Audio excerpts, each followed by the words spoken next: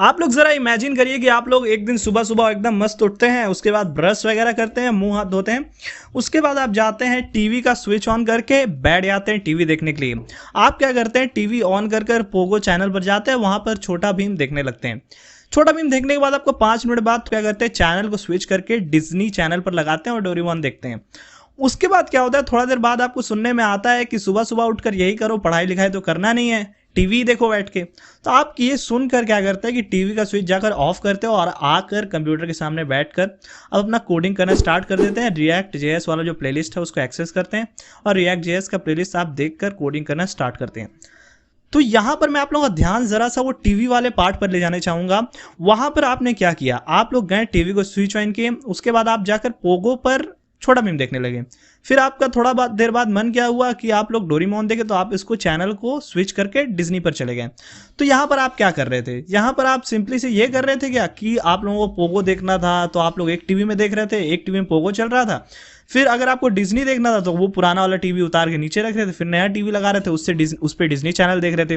तो ऐसा तो नहीं हो रहा था, यहाँ पर टीवी आप लोगों का एक ही था जिसके अंदर अलग अलग चैनल प्रेजेंट था और उसको आप किसके मदद से चेंज कर रहे थे, रिमोट के मदद से आप चेंज कर रहे थे। आप तो बार बार नया टीवी नहीं लगा रहे थे नया चैनल देखने के लिए।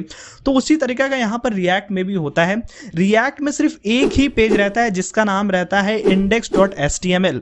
उसी के अंदर अलग अलग कंटेंट शो करवाया जाता है रिएक्ट राउटर डॉम के मदद से। यानी कि रिएक्ट का जो राउटर आता है उसके मदद से हम लोग क्या करते हैं कि यहाँ पर जो आप लोगों को ऊपर में लोकल होस्ट 3000 देखने को मिल रहा है, इस लिंक को हम लोग चेंज करते हैं और लिंक जैसे ही चेंज होता है आप लोगों का यहाँ पर अलग कंटेंट देखने को मिल जाता है। तो यहाँ पर ऐसा लगता है कि पेज चेंज हो रहा है, लेकिन यहाँ पर सिर्फ पेज एक है index.html जिसके अंदर अलग अलग कॉन्टेंट शो कराया जा रहा है लिंक चेंज करते हुए। जैसे यहाँ पर मैं डैशबोर्ड में हूँ तो यहाँ पर मैं लोकल होस्ट 3000 पे हूँ।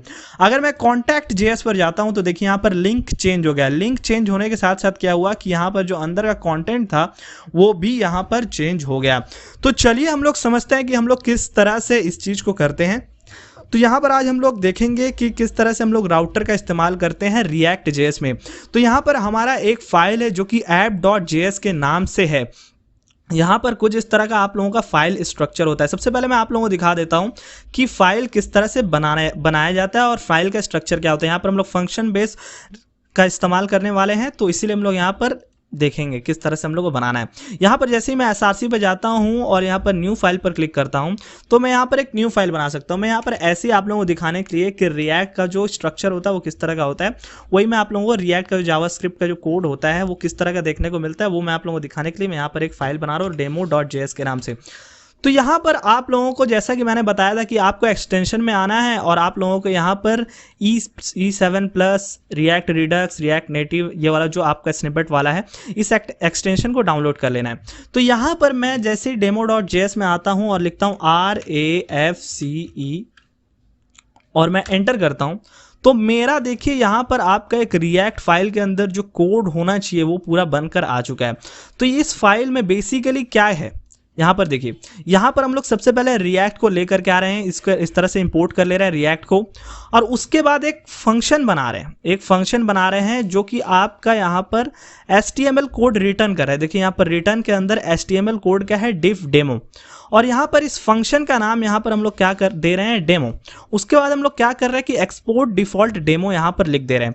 तो इससे क्या होता है, यहाँ पर हम लोग जो ये एक्सपोर्ट कर रहे हैं तो हम लोग क्या कर सकते हैं कि किसी और फाइल में ये demo.js जो फाइल है उसको इंपोर्ट करके इसके अंदर का जो यहाँ पर रिटर्न किया जा रहा है ये वाला जो मेथड, इसको हम लोग एज अ कंपोनेंट इस्तेमाल कर सकते हैं। यहाँ पर हम लोग demo.js को किसी भी फाइल के अंदर इंपोर्ट करेंगे और हम लोग ऐसा कंपोनेंट इस्तेमाल करेंगे तो यहाँ पर जो रिटर्न हो रहा है आप लोगों का HTML कोड जो कि div डेमो को जिस तरह से लिखा हुआ है वो आप लोगों का क्या हो जाएगा, उस पेज में चला जाएगा, उस पेज में पूरा का पूरा लोड हो जाएगा। तो ये चीज़ आप लोगों को समझ में आ गया। अब आइए अब हम लोग देखते हैं, यहाँ पर मैं इसको क्या करता हूँ, डू नॉट सेव कर देता हूँ। सेव करने की जरूरत नहीं है, वो फाइल का हमें कोई ज़रूरत नहीं है। तो यहाँ पर देखिए app.js नाम का एक फाइल है, इसके अंदर हम लोग क्या कर रहे हैं, रिएक्ट राउटर डॉम का इस्तेमाल कर रहे हैं। ये जो रिएक्ट राउटर डॉम है यही हम लोग का मदद करने वाला है पेज स्विचिंग में, यानी कि लिंक चेंज करेंगे तो कंटेंट चेंज होगा। तो हम लोग को इसको सबसे पहले इंस्टॉल करना पड़ेगा। यहाँ पर हम लोग आते हैं टर्मिनल में और यहाँ पर लिखते हैं Ctrl V करता हूँ मैं, देखिए अब यहाँ पर कुछ गलती मैंने कंट्रोल। तो यहाँ पर आते हैं हम लोग, देख लेते हैं कैसे इंस्टॉल करना है। तो रिएक्ट राउटर डॉम इंस्टॉल यहाँ पर देख लेते हैं। तो यहाँ पर आप लोगों को ये चीज़ भी ध्यान में रखना है कि आप लोग हर कोड को याद नहीं रख सकते, तो आप लोग गूगल का इस्तेमाल ज़रूर करें। आप लोगों को कुछ याद आ रहा है तो उसका इस्तेमाल करें, कुछ याद नहीं आ रहा, मुझे भी याद नहीं रहता है, तो आप लोग यहाँ पर गूगल का इस्तेमाल करें। मैं भी गूगल का इस्तेमाल करते रहता हूँ। तो यहाँ पर देखिए, मुझे जैसे रिएक्ट राउटर डॉम को इंस्टॉल करना है, तो मैं यहाँ पर NPM के वेबसाइट पर आता हूँ। तो यहाँ पर मुझे वो बता देगा। देखिए यहाँ पर मुझे क्या लिख कर दिया, NPM I react router DOM. इस तरह से मैं इसको कॉपी करता हूँ। इसको कॉपी करने के बाद यहाँ पर मैं आता हूँ और इसको पेस्ट कर देता हूँ। उसके बाद मैं एंटर करता हूँ। तो यहाँ पर देखिए इंस्टॉल होना स्टार्ट हो गया और यहाँ पर ये इंस्टॉल हो भी गया। ठीक है, तो इंस्टॉल करने के बाद आपको कुछ इस तरह से इसको इंपोर्ट कर लेना है, और इंपोर्ट आप लोग करेंगे उसके बाद ही इस्तेमाल कर सकेंगे इसका। और उसके बाद यहाँ पर देखिए रिएक्ट को हम लोग इंपोर्ट कर रहे हैं। कोई भी आपका जो जावास्क्रिप्ट फाइल है जो कि रिएक्ट में आप यूज़ कर रहे हैं, उसके अंदर आप लोग अगर लिख रहे हैं तो आप लोगों को रिएक्ट को इंपोर्ट करना ही पड़ेगा। अगर आप रिएक्ट का कोड लिख रहे हैं तो रिएक्ट को इंपोर्ट करना ही पड़ेगा कुछ इस तरह से। ठीक है, उसके बाद यहाँ पर हम लोग CSS जो हम लोग यहाँ पर लगाने वाले डिज़ाइनिंग का पार्ट जो हमारा रहने वाला है, वो app.css से ला रहे हैं हम लोग। यहाँ पर ये app.css का फाइल है जिसके अंदर कुछ कुछ कोड लिखा है यहाँ पर। उसके बाद देखिए अब यहाँ पर क्या हो रहा है, यहाँ पर मैं इंपोर्ट कर रहा हूँ बहुत कुछ। यहाँ पर मैं होम को इंपोर्ट करके ला रहा हूँ, होम को इंपोर्ट कर रहा हूँ, यानी कि यहाँ पर आते हैं हम लोग इस पेज में। तो डैशबोर्ड का यहाँ पर ये वाला जो पूरा पार्ट है, ये वाला जो पूरा पार्ट है, ये होम के अंदर लिखा हुआ है। तो मैं होम को इंपोर्ट कर रहा हूँ, और होम वाला जो फाइल है वो कहाँ पर है, आपका कंपोनेंट के अंदर है। देखिए कंपोनेंट के अंदर आपका एक home.js का फाइल है। तो मैं उसको यहाँ पर एज अ कंपोनेंट लेके आने के लिए यहाँ पर इसको इंपोर्ट कर ले रहा हूँ। कुछ इस तरह से मैं होम को कर रहा हूँ, फिर ग्राफ को कर रहा हूँ, फिर कॉन्टैक्ट को कर रहा हूँ, फिर न्यूज़ को कर रहा हूँ, फिर सर्च, फिर नेविगेशन, फिर यहाँ पर ऑप्शन। तो मैं इस सारे को, मतलब कि यहाँ पर मैं जैसे जैसे लिंक चेंज करूँगा तो मैं यहाँ पर इसको एज अ कंपोनेंट यूज़ करूँगा, और इसके अंदर का कोड मैं यहाँ पर पॉपुलेट करवाऊँगा। तो उसके लिए मैंने यहाँ पर इसको इंपोर्ट किया। किस तरह से, मैंने यहाँ पर होम नाम दिया यहाँ पर। उसके बाद मैंने कहा कि किससे इंपोर्ट करना है, कंपोनेंट्स, और जो यहाँ पर जैसे ./component, यहाँ पर कंपोनेंट वाले फोल्डर के अंदर जाओ और उसके अंदर home.js का जो फाइल है वहाँ से आप क्या करो कि होम को ले आओ। उसी तरह से यहाँ पर ग्राफ, उसी तरह से यहाँ पर कॉन्टैक्ट वगैरह सब कुछ ले आओ। फिर उसके बाद यहाँ पर देखिए फंक्शन ऐप, यहाँ पर जो मैंने आप लोगों को पिछले वाले जो मतलब demo.js में दिखाया था, वो यहाँ पर एरो फंक्शन था। और आप एरो फंक्शन नहीं बनाना चाहते हैं तो आप कुछ इस तरह से फंक्शन भी बना सकते हैं। तो यहाँ पर देखिए, यहाँ पर एक फंक्शन नाम का जो आप लोगों का एक मेथड है, यहाँ पर क्लास बेस्ड भी होता है। तो यहाँ पर लेकिन हम लोग फंक्शन बेस्ड का इस्तेमाल करें। यहाँ पर हम लोग फंक्शन बनाएंगे, उसको एक्सपोर्ट करेंगे। यहाँ पर हम लोग क्लास बेस्ड रिएक्ट का इस्तेमाल नहीं करने वाले हैं। तो यहाँ पर हम लोग क्या कर रहे हैं कि फंक्शन ऐप इस तरह से एक मेथड बना रहे हैं, और उसके अंदर मैंने यहाँ पर कुछ कोड लिखा है। ये देखिए ये कुछ कोड है, इसके बारे में आप लोगों को बाद में समझाता हूँ। और यहाँ पर देखिए रिटर्न के अंदर आप लोगों का पूरा HTML कोड है। यहाँ पर जितना भी HTML कोड यहाँ पर आप लोगों का रेंडर होने वाला है index.html फाइल में, तो वो यहाँ पर सब कुछ बताया गया। और मैंने आप लोगों को बताया था कि किस तरह से app.js में हम लोग जो भी कोड लिखते हैं वो index.html पर चला जाता है। अगर आपने वो वीडियो अभी तक नहीं देखा तो मैं उसका लिंक डिस्क्रिप्शन में और आई बटन में दे दूंगा, तो आप वहाँ से देख लीजिएगा। तो यहाँ पर हम लोग जो भी मतलब app.js में यहाँ पर जो भी रिटर्न करेंगे वो आपका index.html में पॉपुलेट होगा। तो यहाँ पर सबसे पहले हम लोग क्या बोल रहे हैं, यहाँ पर एक डिव होना चाहिए जिसका क्लास नेम, यहाँ पर आप लोग क्लास नहीं दे सकते। जैसे कि आप लोग क्लास देते हैं जो नॉर्मल HTML होता है उसके अंदर आप क्लास देते हैं, तो उस तरह से यहाँ पर क्लास नहीं लिखना है। आप लोगों को यहाँ पर लिखना पड़ेगा क्लास नेम, और आप यहाँ पर जो नाम है आप लोगों का, यहाँ पर पेरेंट्स, यहाँ पर पेरेंट यहाँ पर नाम दिया गया है, और इसका यहाँ पर नाम यहाँ जो दिया गया है उसका हम लोग यहाँ पर डिजाइनिंग पार्ट यहाँ पर लिख रहे हैं। ठीक है, app.css के अंदर। उसके बाद यहाँ पर देखिए हम लोग क्या बोल रहे हैं कि ये div है।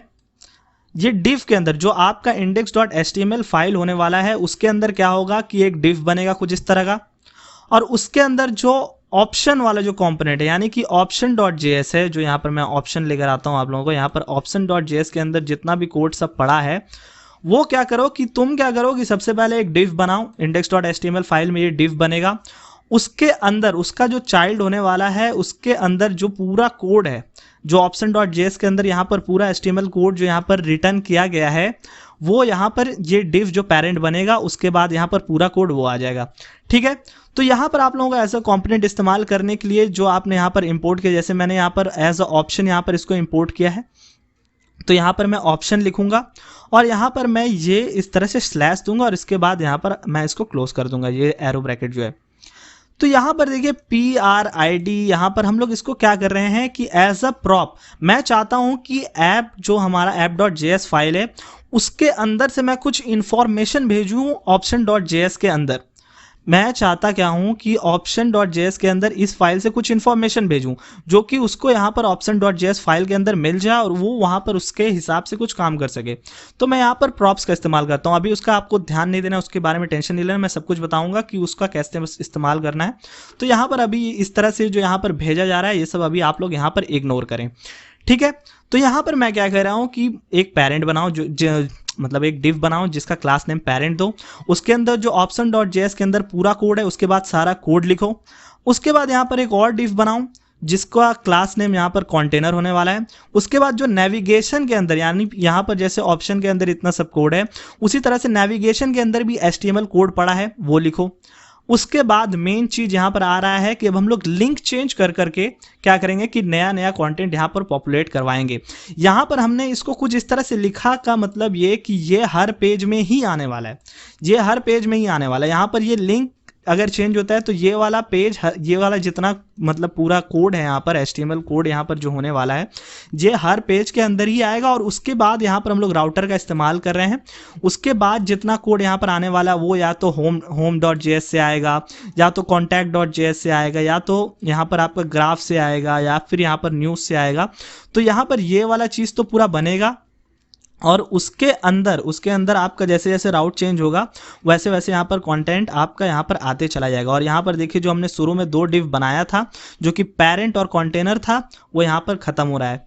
तो यहाँ पर बेसिकली हुआ क्या कि एक आपका यहाँ पर डिव बना जिसके अंदर आपका ऑप्शन का जो पूरा HTML था वो आया, फिर एक डिव बना कंटेनर उसके अंदर नेविगेशन का आया, फिर उसके बाद यहाँ पर जैसे जैसे लिंक चेंज होगा उस हिसाब से अगर मान लीजिए हम लोग स्लैश पे रहते हैं, यहाँ पर लिंक जैसे लोकल होस्ट 3000 पे यहाँ पर ये स्लैश है, यहाँ पर रहते तो पूरा home.js के अंदर जो HTML लिखा है डिजाइनिंग पार्ट है वो सब यहाँ पर आ जाएगा। फिर यहाँ पर हम लोग कॉन्टैक्ट अस के अंदर मतलब इस वाले लिंक के अंदर रहते हैं कॉन्टैक्ट वाले। तो देखिए यहाँ पर, तो यहाँ पर ये वाला जो जगह है इतना पोर्शन, ये जो आप देख रहे हैं यहाँ पर नेविगेशन, ये यहाँ पर फिक्स रहने वाला है, ये जो नेविगेशन है और यहाँ पर ये ऑप्शन है ये फिक्स रहने वाला है, और यहाँ का जो कंटेंट है ये चेंज होने वाला है। तो वही यहाँ पर चेंज हो रहा है। तो वो किस तरह से हो रहा है, आप लोगों को यहाँ पर कुछ राउटर इस तरह से लिखना है। उसके बाद यहाँ पर स्विच लिखना है। स्विच के अंदर आपको एक राउट कॉम्पोनेंट के अंदर आपको क्या करना है, लिखना है कुछ यहाँ पर एग्जैक्ट, और उसके बाद पाथ, एग्जैक्ट पाथ इस तरह से लिखना है। उसके बाद इक्वल्स टू के अंदर यहाँ पर आप लोगों को ये देना है कि यहाँ पर लिंक क्या होने वाला है। लिंक यहाँ पर पूरा आपको नहीं डालना पड़ता है, आपका जो मेनली यहाँ पर लिंक होता है यहाँ पर जैसे लोकल होस्ट 3000 के बाद क्या होना चाहिए। लोकल होस्ट 3000 के बाद अगर स्लैश है, यहाँ पर कुछ नहीं है लोकल होस्ट 3000 के बाद, मतलब यहाँ पर एक स्लैश प्रेजेंट है, ठीक है। तो क्या करो कि ये वाला जो home.js के अंदर जितना भी HTML कोड है वो लाओ और बाद बाकी जो सब है वो रहने दो। बाद बाकी यहाँ पर जो सब है और सब जो यहाँ पर ये कॉन्टैक्ट है ये सब हम लोग को यहाँ पर लोड नहीं कराना है। यहाँ पर स्लैश रहता है तो होम का जो आपका जितना भी कंटेंट है वो ले आओ। अगर होम नहीं रहता, यहाँ पर लिंक में अगर स्लैश के बाद कॉन्टैक्ट अस रहता है तो यहाँ पर contact.js जो फाइल के अंदर पूरा कोड लिखा है वो सब यहाँ पर लेकर के आओ कुछ इस तरह से। फिर अगर ऐसा भी नहीं है, यहाँ पर लिंक के अंदर मान लीजिए स्लैश ग्राफ रहता है तो यहाँ पर जो ग्राफ वाला फाइल के अंदर पूरा जो HTML कोड वगैरह सब डिजाइनिंग वगैरह है वो यहाँ पर ले आओ, ठीक है। अब उसके बाद यहाँ पर क्या ग्राफ भी नहीं रहता, यहाँ पर स्लैश न्यूज़ रहता है। तो आप लोग लिंक पर यहाँ पर ध्यान देते चलिएगा। तो यहाँ पर देखिए न्यूज़ रहता है तो न्यूज़ पूरा यहाँ पर पॉपुलेट कर दो, यहाँ पर जो न्यूज़ का जितना भी HTML कोड है वो पॉपुलेट करो। अगर ऐसा भी नहीं है, यहाँ पर सर्च है, मान लीजिए यहाँ पर सर्च रहता है, जैसे मैं यहाँ पर कुछ सर्च करता हूँ, मान लीजिए मैं यहाँ पर सर्च करता हूँ ये क्या हो गया, यहाँ पर मैं सर्च करता हूँ इलॉन मस्क सर्च करता हूँ, मान लीजिए मैं इलॉन मस्क, यहाँ पर मैं कुछ इस तरह सर्च करता हूँ तो यहाँ पर देखिए इलॉन मस्क के बारे में पूरा यहाँ पर कंटेंट सब आ गया और यहाँ मस्त से आप पढ़ सकते हैं बैठकर आराम से और आप इंजॉय कर सकते हैं पढ़ के। तो यहाँ पर जो ये सर्च वाला था तो यहाँ पर ये सर्च के अंदर ही ये वाला पूरा कोड लिखा है कि यहाँ पर मैं जैसे सर्च करूँ मुझे यहाँ पर इस तरह से कंटेंट देखने को मिलना चाहिए। तो ये search.js फाइल के अंदर है, तो यहाँ पर मैंने सर्च का इस्तेमाल किया। अब मैं यहाँ पर क्या कर रहा हूँ कि अगर सॉलिडिटी पार्ट पे है, सॉलिडिटी यहाँ पर जो अगर मैं इसका पाथ दे रहा हूँ यहाँ पर लोकल होस्ट सॉलिडिटी करता हूँ मैं, तो क्या करो कि सर्च को लोड करो, लेकिन सर्च वाला जो पेज है उसके अंदर तुमको क्या लोड करना है, ये सर्च वाला पेज के अंदर तुमको क्या लोड करना है, सॉलिडिटी का कंटेंट दिखाना है। यहाँ पर ये सर्च वाला पेज ही लोड होगा, यहाँ पर ये सर्च वाला पेज ही लोड होगा। लेकिन हम लोग यहाँ पर क्या कर लेंगे कि ये जो लिंक है इसके अंदर हम लोग चेक कर लेंगे कि यहाँ पर क्या है, सॉलिडिटी है, तो सॉलिडिटी का कोड यहाँ पर लोड करो। ये किस तरह से करना है वो भी मैं आप लोगों को आगे आने वाले वीडियोस में बताऊंगा। यहाँ पर अगर वेब3 वाले लिंक पर मैं जाता हूँ, जैसे कि मैं यहाँ पर वेब3 वाले लिंक पर जाता हूँ, तो वेब3 का कंटेंट मुझे यहाँ पर सर्च वाला फाइल ही लोड करके दे रहा है। ये ध्यान दीजिएगा, सर्च वाला फाइल ही लोड करके दे रहा है। लेकिन यहाँ पर जैसे मैं वेब3 पे जा रहा हूँ, वेब3 वाले लिंक पर जा रहा हूँ, तो वेब3 का कंटेंट लोड करके दे रहा है यहाँ पर सर्च वाला फाइल। यहाँ पर वेब2 में जाऊँगा तो सर्च वाला फाइल वेब2 का कंटेंट लोड करके देगा। और यहाँ पर एनएफटी में जाऊँगा तो एनएफटी का जो कंटेंट है वो लोड करके देगा। तो यहाँ पर रिएक्ट किस तरह से, यहाँ पर जैसे इफ एल्स वाला जो कंडीशन आपने जावा में किया ही होगा, तो इफ मान लीजिए ऐसे समझ लीजिए, यहाँ पर इफ स्लैश रहता है, मतलब लोकल होस्ट के बाद या फिर जो भी लिंक है आपका उसके बाद आपका स्लैश रहता है, तो ये वाला कंटेंट लोड करो और सारा यहाँ पर नहीं लोड करना है। अगर इफ कॉन्टैक्टर्स रहता है तो ये लोड कर दो, अगर इफ यहाँ पर ग्राफ रहता है तो ये लोड करो।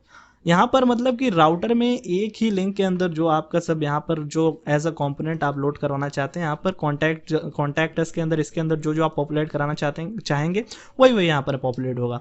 यहाँ पर ग्राफ का लिंक देते हैं तो ग्राफ वाला जो ये राउटर जो है यहाँ पर इसके राउट जो है यहाँ पर इसके अंदर आप जो जो लोड करवाना चाहेंगे वही वही लोड होगा। तो इस तरह से यहाँ पर आप लोगों को समझ में आ गया। तो आप लोगों को आज इसमें राउटर का समझ में आ गया, किस तरह से हम लोग कंपोनेंट्स को लेकर के आते हैं ये भी आप लोगों को समझ में आ गया। अब इसके बाद हम लोग यहाँ पर नेक्स्ट वाले में देखेंगे कि किस तरह से हमने इस चीज़ को डिज़ाइन किया है, जो पूरा डैशबोर्ड यहाँ पर आ रहा है, नेविगेशन आ रहा है। नेक्स्ट वाली वीडियो से हम लोग उसको कंटिन्यू करेंगे। तो आज की इस वीडियो के लिए बस इतना ही, मिलता है इसकी नेक्स्ट वाली वीडियो में, तब तक के लिए गुड बाय।